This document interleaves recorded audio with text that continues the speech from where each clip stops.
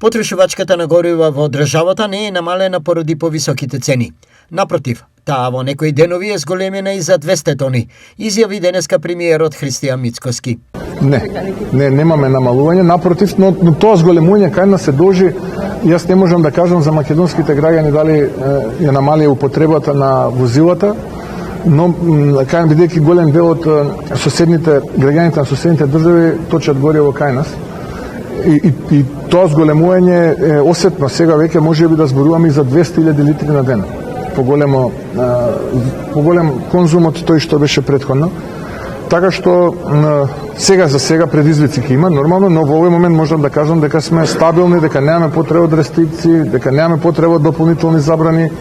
Намалувањето на ДДВ, дури ќе бидеме еден од ретките примери во Европа кој што ќе намали цена на горивата.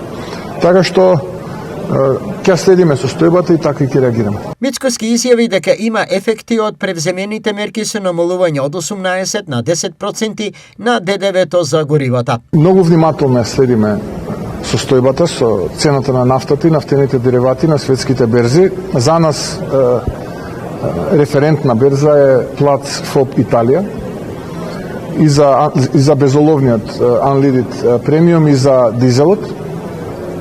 Врз основа на нашите пресметки од минатата недела, очекуваме во понеделник, ќе повторам врз основа на нашите пресметки, очекуваме во понеделник да имаме околу 2 денара намалување на цената за бензините со 95 и 98 октани. Сега, актуелната мерка ќе биде активна, а дополнително, според состојбата, владата ќе интервенира соодветно доколку е потребно и со намалување акцизата на горивата.